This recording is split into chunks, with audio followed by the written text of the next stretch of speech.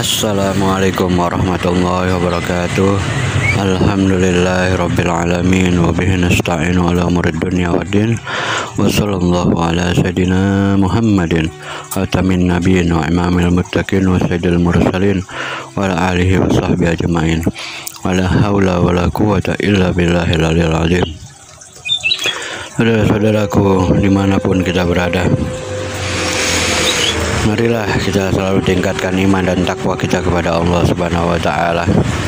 Semoga dengan hal tersebut Allah selalu merahmati kita, meridhoi kita di jalan yang lurus. Amin ya Allah ya rabbal alamin. Salawat serta salam semoga selalu dicurahkan untuk baginda besar Nabi Muhammad SAW, suri tauladan kita yang sempurna. Pada kali ini Fakir akan membahas tentang pentingnya akhlak atau adab, akhlakul karimah atau adab-adab yang mulia. Ya, ini adab atau akhlak mulia ini adalah bagian daripada ilmu. Kalau kita belajar ilmu, khususnya ilmu agama Islam, maka di dalamnya ada tentang akhlak.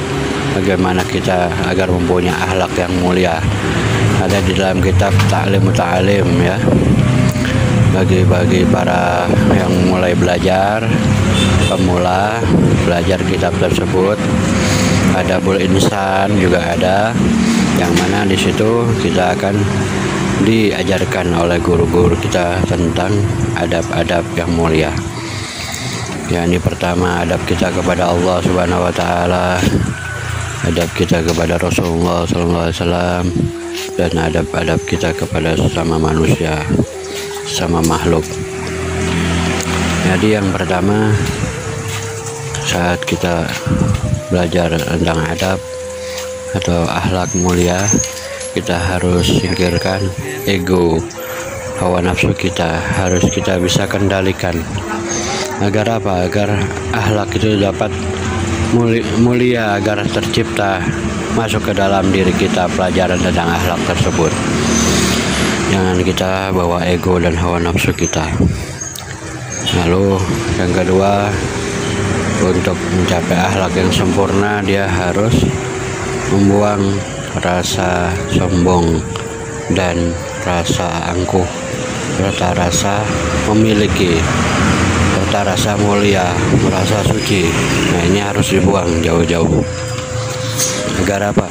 Agar dia dapat memiliki akhlak yang mulia. Nah, yang mana ilmu tanpa akhlak adalah percuma.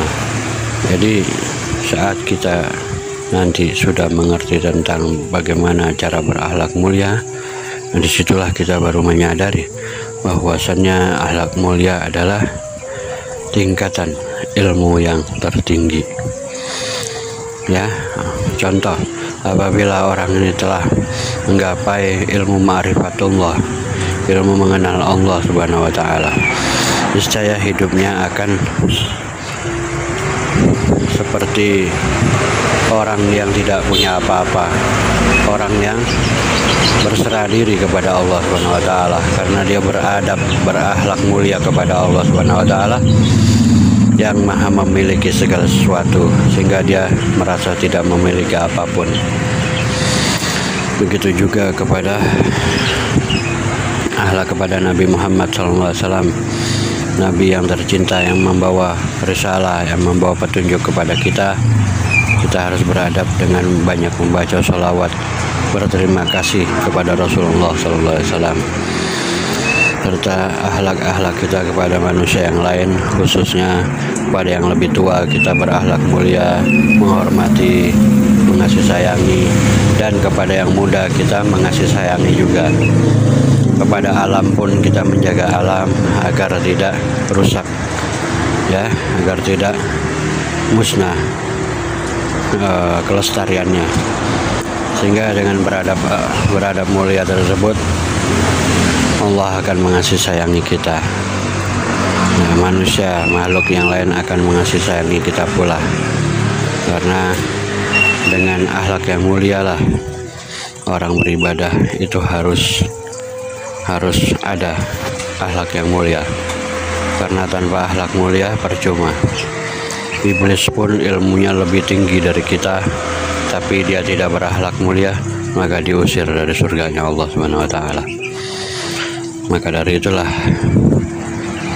para orang-orang soleh lebih menghormati orang-orang yang berakhlak mulia, meskipun ilmunya rendah, daripada orang-orang berilmu tinggi tapi tidak mempunyai akhlak atau kurang adab. Maka dari itulah pentingnya akhlak mulia ini kita harus perhatikan dan kita harus ajarkan kepada anak-anak kita. Niscaya anak-anak kita insya Allah akan berilmu dan berakhlak mulia. Itulah yang terpenting, dengan penuh keimanan yang tinggi kepada Allah Subhanahu wa taala dan Rasulnya, dan iman kepada hari yaumil akhir. Semoga apa-apa yang kita niatkan untuk kebaikan dimudahkan, dikabulkan oleh Allah Subhanahu wa taala, dan dirubah akhlak-akhlak kita yang jelek dirubah menjadi akhlak-akhlak yang mulia, akhlak-akhlak yang baik, yang bagus, yang benar dari Allah taala. Assalamualaikum warahmatullahi wabarakatuh.